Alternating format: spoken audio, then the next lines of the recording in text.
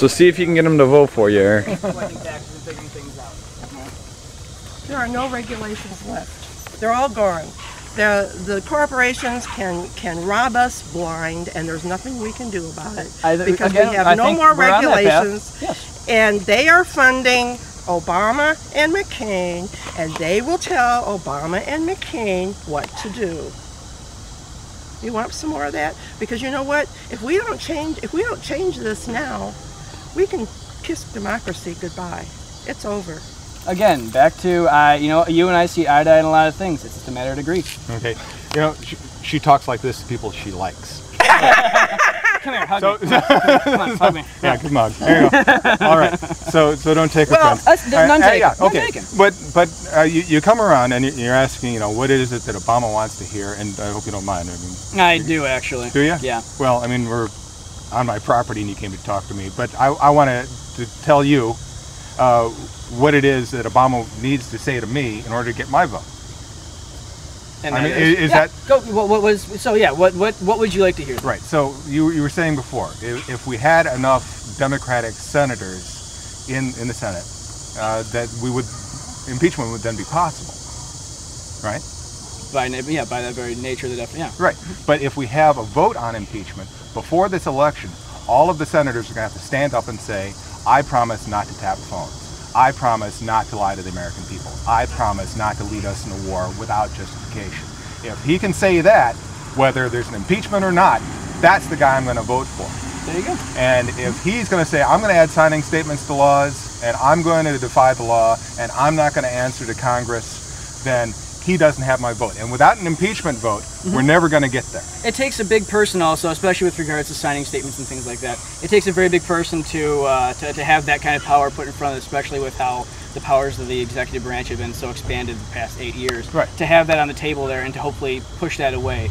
Be perfectly honest, I won't be, if he has a bunch of signing statements, be perfectly honest, one of the worst things I think that can happen in this election is if Obama wins and it really is like business as normal. A lot of the people that really kind of do believe in the hope and the change and the personal thing. Right. Though that some people will really kind of take that to heart and right. We should. Even though 80% of Americans say we should be out of Iraq, so it's not like he wants to get the votes of the people. He wants to get the votes of the corporation. It's kind That's of what he wants. yeah. It's kind of assumed that he has our votes because who else are we going to vote for? Nader. Right. And right. So then now he's pandering to the right, and that's a very ugly thing. Pandering is of course a loaded word too. Definitely moving to the middle, trying to get more votes. Well, it's not the middle. It's not the middle. I'm in the middle. He's moving to the right. Towards the middle. And again, you can argue that the three of us really, again, like I said, are to the left. I think it should be argued. Depends on what the meaning of the word is. Right. Okay. Well, anyway, you wanted to know what I want to hear from Obama.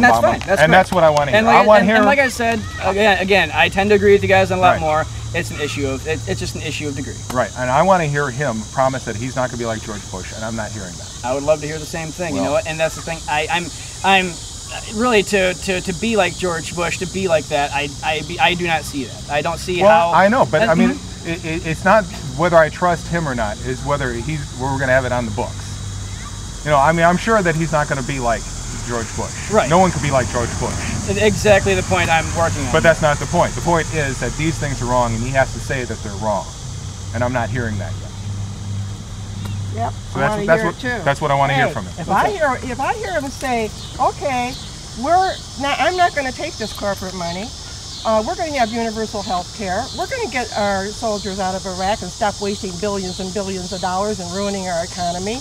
If he says that, and not only that, but I'm going to vote for impeachment because it's important for our Constitution to know that you cannot commit crimes like this against our Constitution and get away with it.